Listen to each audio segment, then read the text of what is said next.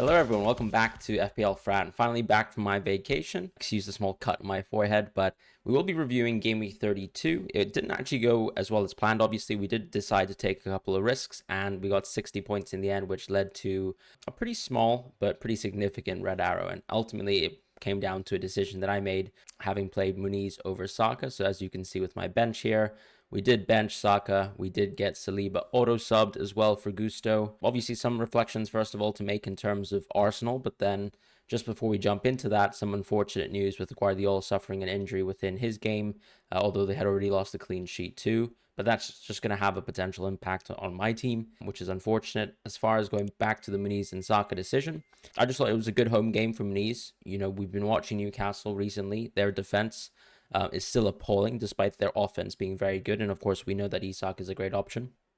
But we did go into Muniz, with the sole purpose of maybe picking up an option who was going to be very good for the games leading up to Game Week 34, ahead of maybe someone like Semenyo, who I thought would have had tougher fixtures and, in general, obviously less chances as someone who's more of a right winger compared to Muniz, who's an out-and-out centre forward with great games. The reason why it sort of came to a position where I was going to play, let's say, Luis Diaz over Saka, for example, is because, as I mentioned in my team selection video, we were on that sort of 0.0 in the bank territory, which a lot of managers find themselves in within FPL from time to time. Sometimes your top transfer, for example, for a specific game week might have to be pushed on, a little bit early ahead of time. Let's say you make a midweek transfer, let's say you make a transfer a week early, knowing that, of course, you might be planning to roll either way. So that was the situation that I found myself in. I found that Luis Diaz seemingly had an even better fixture considering how poor United have looked as of late.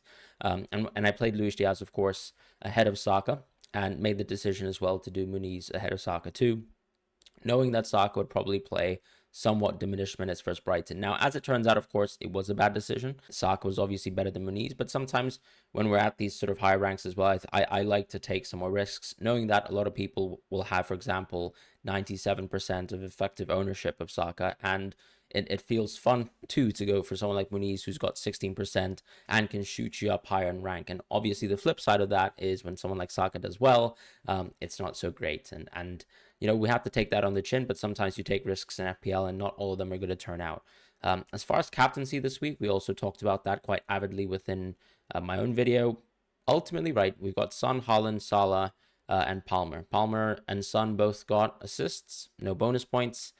Palmer was early subbed as well, which was a little bit of a strange situation. I didn't expect Palmer to have reduced minutes. I thought that, once again, the reason why I went for a Salah captaincy is because I still thought that Palmer would be the most dominant captaincy option.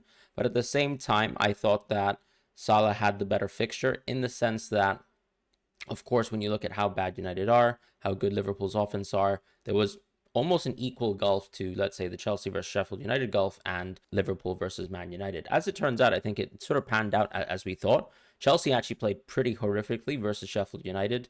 And of course, maybe that's a bad decision on my part, playing Gusto as well, particularly when I knowingly obviously benched one of the best defenders in the world in Saliba, and obviously one of the parts of the best team defense in the world, which is Arsenal. So I think I was very fortunate, to be honest, to get the Saliba auto sub point. So reflection, of course, is that we wanted to take risks, but maybe I should manage my risk as well going forwards. And, when a team like Arsenal are operating on all cylinders, maybe there's no need to really be that aggressive. Although I will say, of course, Muniz had really good goal scoring odds, even better than Saka, for example. So some people might even argue that the decision was between Saka and Diaz. I just thought that Diaz was going to play more minutes of football, which obviously, is going to change how you view those odds, because those odds are based on assumptions that you play 90 minutes of football or 95 nowadays.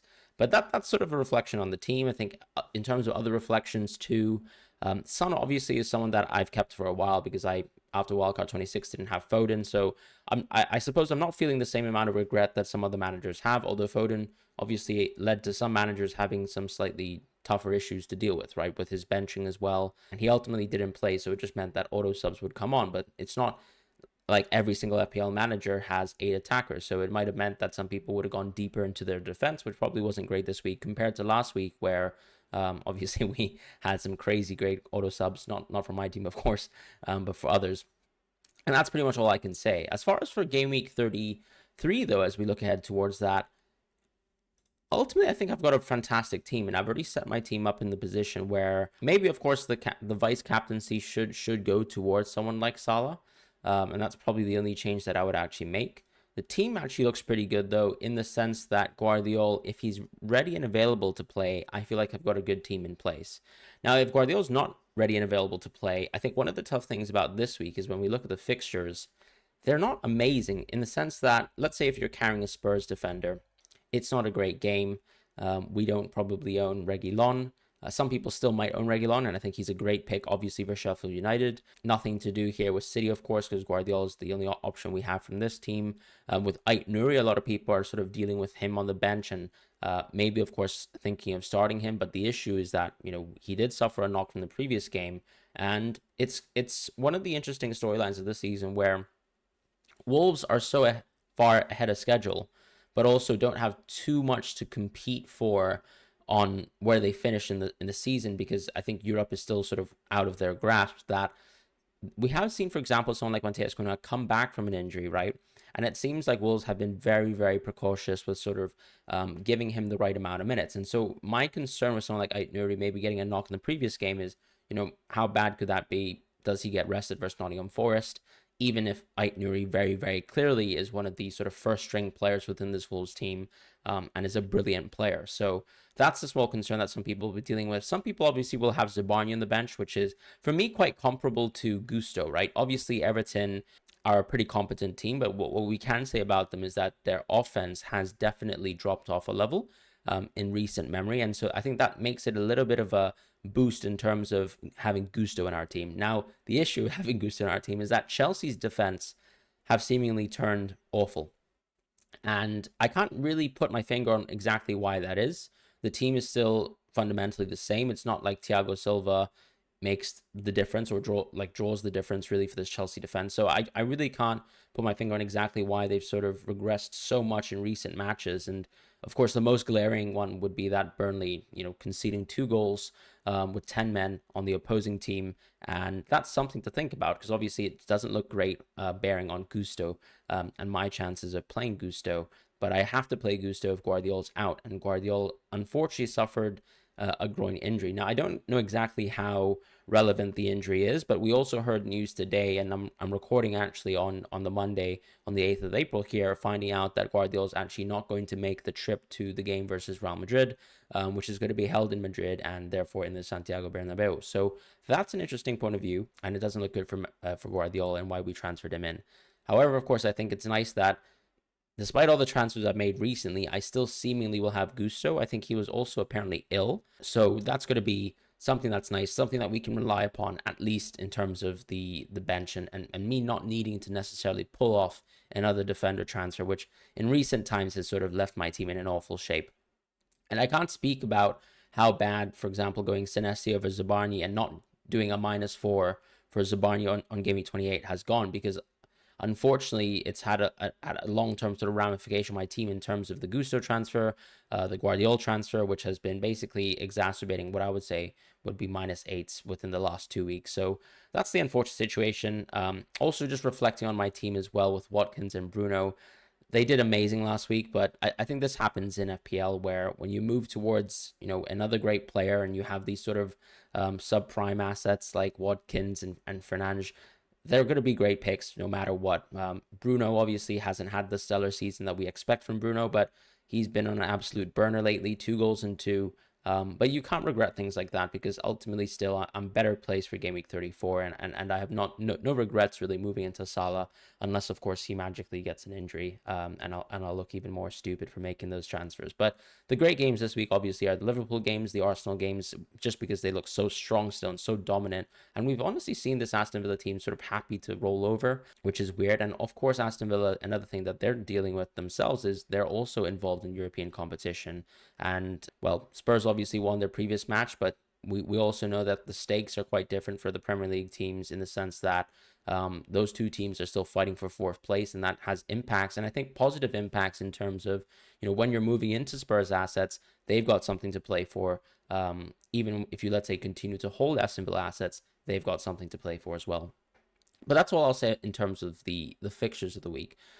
My team, I think, as it stands, looks very, very good. It looks very strong for the week, in my opinion. We've got a lot of home fixtures. In the midfield, you can see 4 out of 5. Forward line, you got 2 out of 5. And even, for example, Solanke, someone who hasn't really been too impressive lately, particularly with the context that Bournemouth didn't create too many chances versus Luton, I still have to say that United have looked appalling as a team, and specifically appalling away from home. So that Brentford game is still jarring my mind. That Chelsea game as well. Bit of a collapse, but I think overall, when you look at the chances created within that game, even before the eventual collapse or the bottle, as Gary Neville would say, I'm just joking, but that, of course, illustrates that this United defense is still weak, and you're still seeing injuries week in, week out, and substitutions within the back line. Kwambala, for example, playing within the Liverpool game, just showing you how deep United have had to go to sort of rectify some of their defensive issues, which really hasn't been rectified. And Flecken, for once in my life, has a great fixture, and let's see what he does with it. So usually it doesn't work out very well owning Brentford defense. But we'll see with Flecken. I think Brentford have looked a little bit better as of late, but it doesn't necessarily mean that they've kept their clean sheets. They conceded just 3 to Aston Villa. Sheffield United also look like that they're on a little bit of an uptick in terms of their attack, but I don't think we also need to overreact on how good Sheffield United is. Part of that too, I have to say, is Chelsea are an awful team in terms of how their defense has been shaping up and the individual mistakes that they've been creating too. So, but another thing to mention too is that they also scored at Anfield. So it might not look great, but I think I've got to play the fixture here, and I've got to play Flecken versus Sheffield United at home. And Neto, hopefully he'll do not as much off the bench. Muniz is going to be a reluctant bench as well this week, but it just shows once again how strong the team is positionally right now.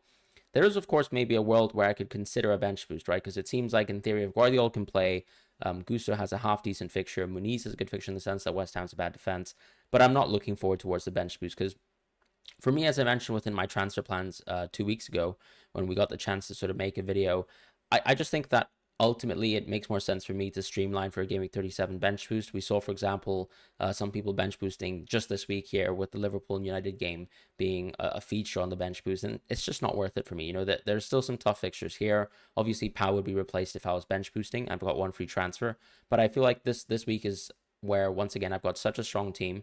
No need to take chances. We can play exactly the fixtures as they are, take the home fixtures as they are as well, and just enjoy this team for what it is. A very, very strong team for Game Week 33. And part of this, of course, is created by the hits that I took in a few weeks ago, as well as the transfers. So obviously, with all the red arrows recently, it's felt bad, and I feel like the outcomes have been a little bit worse than I imagined. But you just have to move on from that sometimes in FPL and just understand that going forwards, of course, you're leaving your team in a better spot, and these are the weeks where maybe we can finally reap some of the rewards that we're kind of hoping that we can get once again in FPL, and that happens time to time. So that's it really in terms of Game Week 33. All right, so we're quickly looking at our transfer plans with Game Week 33 starting obviously with Fantasy Football Hub here. If you're interested in using this to sort of allow you to make transfers or even have transfer suggestions for yourself and your FPL team, have a look at the link in description if you want to have a look at sort of sorting your team out as we head towards Game Week 38. Now, for me, the unique landscape that I'm in is that I'm not going to be wildcarding on 35. Some people are going to have a much stronger team than me on Game Week 34, and I already know this. The reality, of course, is that I'm trying to have a team that's going to, first of all, bench boost on 37, to be strong for 35, and in general, all the fixtures until the end of the season.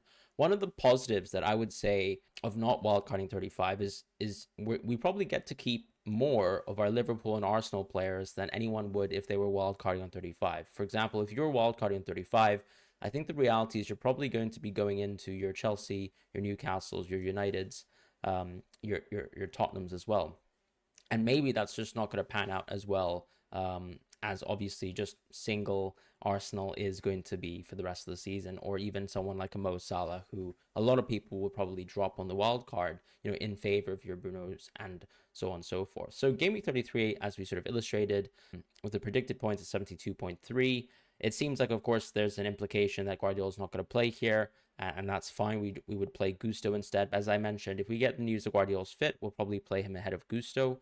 That's the last decision really to make. Flecken, of course, with a fantastic fixture here, and then we move on to Game Week 34. Now, in Game Week 34, what my plans are is simply to go for 1 transfer, and that 1 transfer is to Tarkowski. So as you can see here with Tarkowski, he actually just has a brilliant fixture for this week. And one of the issues that my team has is that I've got 0.0 in the bank.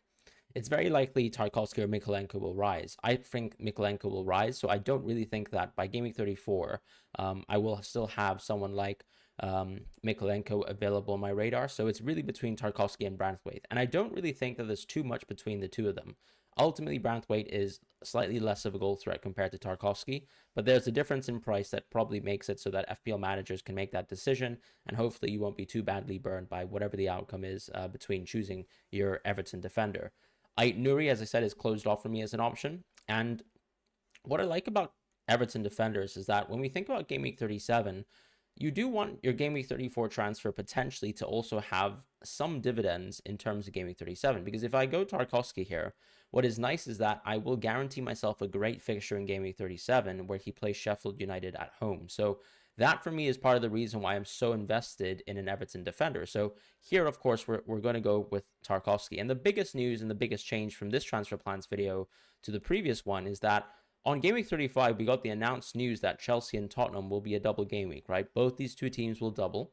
And as a result of that too, we will get more information about maybe, let's say, the availability of certain Chelsea and Tottenham players around that time. Richarlison's injury is very, very significant for Game Week 35. And, even Petrovic, potentially, he could lose his spot by then. So I think what we need, of course, is as much information as possible heading towards Game Week 35, and that could change our transfer decisions. But for Game Week 34, we're not too concerned about it. What I don't like about my team, obviously, is that I'm going to have Muniz. And I think a lot of people will have Haaland. Some people will have Palmer. Not many people are going to have Muniz, who I think is probably worse. In hindsight, probably if I could have gone Semenyo, I probably would have. But I thought Muniz would have been a very good play for the last two game weeks, and it just hasn't turned out very well, and that's fine. We just have to take that on the chin. Muniz still has a home fixture, and I think if there's anything that we can give credit to Fulham for is that they've been able to match up very well versus some of the bigger teams and play very well at home as well. So that's going to be why I'm playing Muniz in this situation. If Guardiola is magically fit somehow, maybe there's a chance that I play him over Muniz, but I think it's a pretty small doubt right now that I'd be playing Guardiola over Muniz. And the reason why we're rolling an additional free transfer to Game Week 35, as I said, is simply because of the strategy that we're going with to make sure that, of course, whilst we don't hemorrhage too many points in Game Week 34, that we keep a strong team as much as possible for games 35, 36, 37, 38. And of course, as you can see here, this is the worst Game Week rating that I have. 86% is very bad, but you have to sort of take that on the chin. And I've got Luis Diaz, who in my opinion is going to still be a differential because a lot of people have already sort of put their bets in Darwin, right? And in going for Darwin, a lot of people have closed themselves off from the option of Luis Diaz. I really like him as a differential. I also think his minutes are going to be a little bit better even when Jota comes back to the team. So that's why we've gone with Luis Diaz.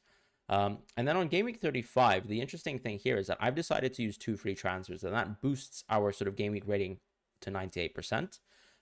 Son captaincy here, but the biggest thing once again is that this is your chance to go into Chelsea and Tottenham players. One thing that I'll mention is that the two transfers that I've made here is I've gone out of Neto into Vicario, and I've also gone out of Luis Diaz into Brennan Johnson. This gives us 1.5 million back in the bank. The reason why I'm going with Brennan Johnson, though, is I still think that he's at a ridiculous price point. And another thing to mention about Johnson is that he has been brilliant for the Spurs team. So if there's anything that I can credit him with is that I think that his minutes seem relatively safe for now. And I think he's definitely one of the first string players for this Tottenham team. So I think that's a huge boost ultimately. What's nice about the Tarkovsky transfer is that it also gives us another player ahead of potentially, an Arsenal defender in Game Week 35. Now, we have already regrettably benched a couple of Arsenal players at the wrong times, but I still think, in this fixture here, I really do think Tottenham will still score. Gabriel, for me, is still the better goal threat compared to Saliba, and you could see it, for example, in the previous game. Incredible the amount of chances he got. But the team is very strong here with Tarkovsky filling out on the bench. Slight differential to Saliba. And as we know, of course, with this Brentford team, let's say the Aston Villa match, which also just I think is illustrative of how poor the Aston Villa defense has gotten as a result of some of the injuries that we've seen lately for them. But you have a differential here versus Saliba, and I think that's nice. I still get to keep Saliba going forwards. And one of the nice things about keeping Arsenal and Liverpool players is, for example, even going towards Game Week 38, if let's say the title race is on the line, you have some great picks too. So this is going to be the team. We already have Gusto in there. We're tripled up on Chelsea and we're tripled up on Tottenham. We would be taking a hit here this week as well. And I think this hit is comfortably something that I can take because I can always justify the hit as being for changing the goalkeeper. And whenever we have a week like this, where of course Vicario has bad fixtures on paper, I think one thing that's nice about taking a hit for a goalkeeper is that they can always do the impossible. A penalty save, bonus points due to sort of racking up a lot of saves.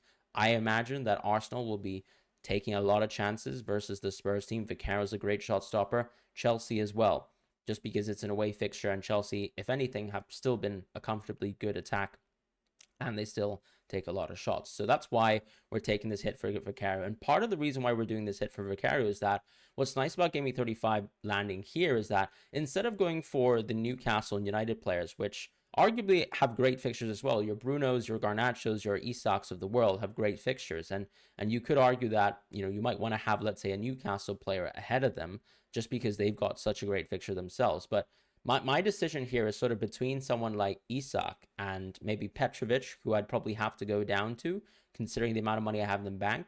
Or if, let's say, Petrovic loses his spot on the team or it's shaky, the minutes are dicey for the Chelsea goalkeepers, you still have a guaranteed player in Vicario here, and Jackson, who I think is very unlikely to rise up in price in recent weeks, just because Chelsea aren't a team that a lot of people rate. But the reality is that they play 5 games in 3 fixtures between 35, 36, and 37, where we will be bench boosting. 36 is an interesting week.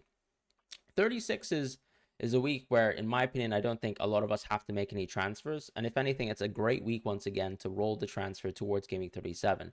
Here you can see that I'm playing Muniz, so of course, hopefully he delivers the goods here. And that's pretty much what it comes down to.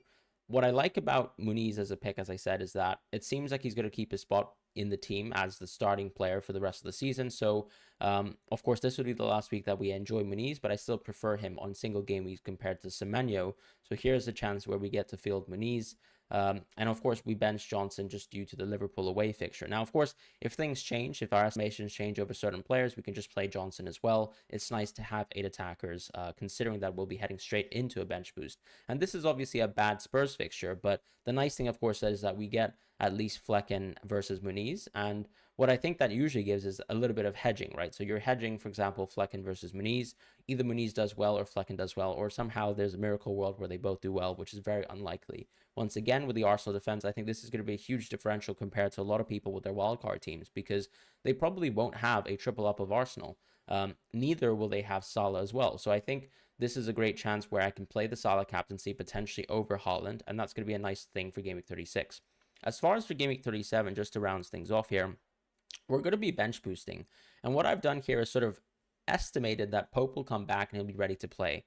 The alternative to Pope, of course, is going for someone like Ederson as well. Keep in mind, of course, that I don't have Foden in my team, and part of that is because I'm deciding to keep Salah in place. And maybe, of course, we might change our mind on, let's say, Haaland for the rest of the season, right? If Haaland is playing poorly, if it doesn't seem like he's going to get good minutes, and Foden continues to play brilliantly, then maybe we'll change our minds with our transfers. But I still think Haaland will be a key player for the City squad going towards the end of the season, because the big difference from Haaland this season versus last season, despite, of course, him and his finishing not being as historically great as it was last season, is that this season it seems like City will have to fight tooth and nail to the end of the season. What we saw at the end of last season is that Haaland basically got a chance to rest most of the fixtures up until Game Week 38, and even in Game Week 38, I believe he was benched. So that's one of the key changes, right? We can rely upon Haaland this season probably a little bit more than we would have in a previous season.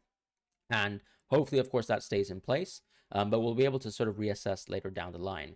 With Gabriel and Saliba, this is one of those chances, once again, where unfortunately, of course, a lot of people are going to have much better defenses than us, right? The people who are, let's say, wildcarding on 35 are going to have a team that will have United defenders, will have Newcastle defenders, and that's totally okay. Maybe Brighton defenders as well, because ultimately Brighton have a double 2. But I think in this situation, what's nice about Game Week 37 is that we get to play a Brighton player here in João Pedro. He's got 2 fixtures, which of course is going to be a huge differential. What I like about João Pedro, though, is he probably is someone that within this Brighton team, as we've seen over the course of the season, has sort of immersed himself fully into the starting 11. So he can play the left wing position, the 10 position, and the striker position. So I think João Pedro is going to be a key part to this bench boost here because I'll be taking him in as my transfer. And because I rolled my transfer in Game Week 36, this allows me for 2 transfers in Game Week 37. Pope and João Pedro join the team. Hopefully Guardiola can double. Hopefully Gusto can double as well. And that's basically it. We're going to have a strong team for Game Week 37. One thing that I think hasn't been reflected just as of yet is the sort of double fixtures here for the team. So keep in mind, of course, that this isn't reflective of the actual fixtures in Game Week 37. Neither are these the predicted points for Game Week 37, because I think once we add the doubles in for Game Week 37, the fixtures will radically change. And then the nice thing about owning triple Spurs towards the end of the season is that on Game Week 38, we once again get a full set of great players. I haven't optimized my team yet. Got some motorcycles that we have to verify. But now that we've verified those motorcycles, the biggest thing here with Game Week 38 is that once again, you have Arsenal defense to close out the season at home, which is fantastic. You've got your Liverpools with a great fixture as well. Even City have a great fixture. Tottenham have a great fixture as well. And we'll see what happens with Chelsea too, because we could just simply play João Pedro if we really wanted to, considering that United have looked awful as of late. And I don't really mind benching Jackson for this reason. So that's going to be pretty much it for the rest of the season. This will be the bench boost in Game Week 37 and then Game Week 38. I've rolled my free transfer for now. Once we get some crazy news on Game Week 38, some crazy benchings, hopefully our deeper bench will allow us to sort of make transfers without having to go for a hit. And we just make that one free transfer, just like last season when a lot of us went for Haaland to Kane and closed the season out on a high potentially. So that's going to be my transfer plans for now as we close out to the end of the season. Love to hear your thoughts. Take care and goodbye, and I'll see you soon.